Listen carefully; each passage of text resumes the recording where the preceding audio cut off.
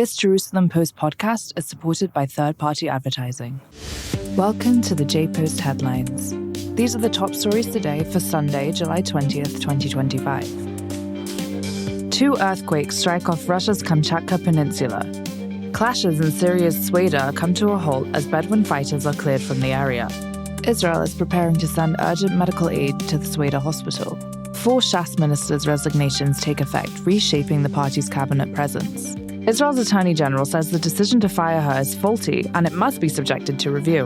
And Israeli researchers unveil the world's first mRNA vaccine targeting a lethal bacterium.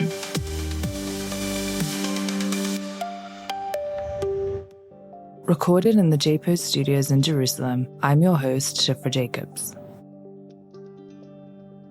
A pair of powerful earthquakes have struck off Russia's Kamchatka Peninsula. The first quake, initially recorded at a magnitude of 6.2, was later upgraded to 6.6, according to the German Research Center for Geosciences. Shortly after, a second and even stronger quake hit the region, initially reported at 6.7 before being revised to a magnitude of 7.4. Both quakes occurred at a depth of 10 kilometers. In Syria, authorities say that clashes in the southern city of Sweida have come to a halt. Bedouin tribal fighters were cleared from the area after Syrian security forces were deployed to enforce a ceasefire. The conflict, which had persisted for nearly a week, was rooted in tensions between the Druze community and Bedouin tribes. Following the recent violence, Israel's health ministry is preparing to send medical equipment, medication, and aid to the damaged local hospital. The situation has been described as dire, with reports of overcrowding and a lack of critical supplies.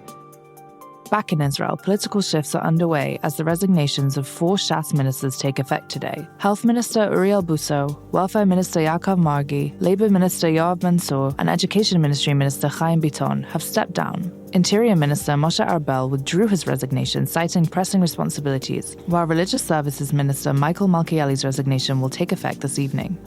The Israeli Attorney General's office wrote in a statement that the government's decision to change the hiring and dismissal process of the AG is faulty to its core and has ominous effects on the future of the role. The statement was penned in a response to the Friday decision by Deputy Supreme Court Justice Noam Solberg, in which he ruled that if the government decides to fire the Attorney General, Gali Baharav Miara, the decision wouldn't come into effect right away.